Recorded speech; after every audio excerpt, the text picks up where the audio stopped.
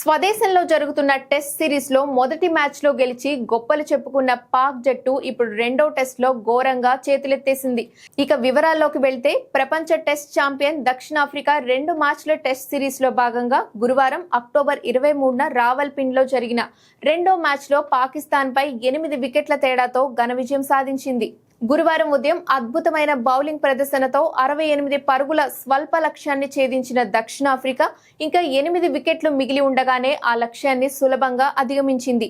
దీంతో 2007 తర్వాత పాకిస్తాన్ లో దక్షిణాఫ్రికా సాధించిన తొలి విజయంగా ఈ మ్యాచ్ నిలిచింది. ఇక లాహోర్ లో జరిగిన సిరీస్ ప్రారంభ మ్యాచ్ లో ఓటమితో సహా 3 మ్యాచ్ల పరాజయానికే ముగింపు పలికింది. ఇక ఇండియాతో జరగబోయే టెస్ట్ సిరీస్ కు ముందు స్పిన్ పిచ్ పై విజయాన్ని అందుకుంది. కెప్టెన్ టెంబా బౌమా లేనప్పటికీ మిగిలిన ప్లేయర్లు సమిష్టిగా రాణించడంతో గెలుపును అందుకుంది. మొదటి టెస్ట్ లో గెలిచి పాక్ విర్రవీగింది. దీంతో రెండో టెస్ట్ లో సౌత్ ఆఫ్రికా జట్టు ఆ జట్టు బెండు తీసేసింది.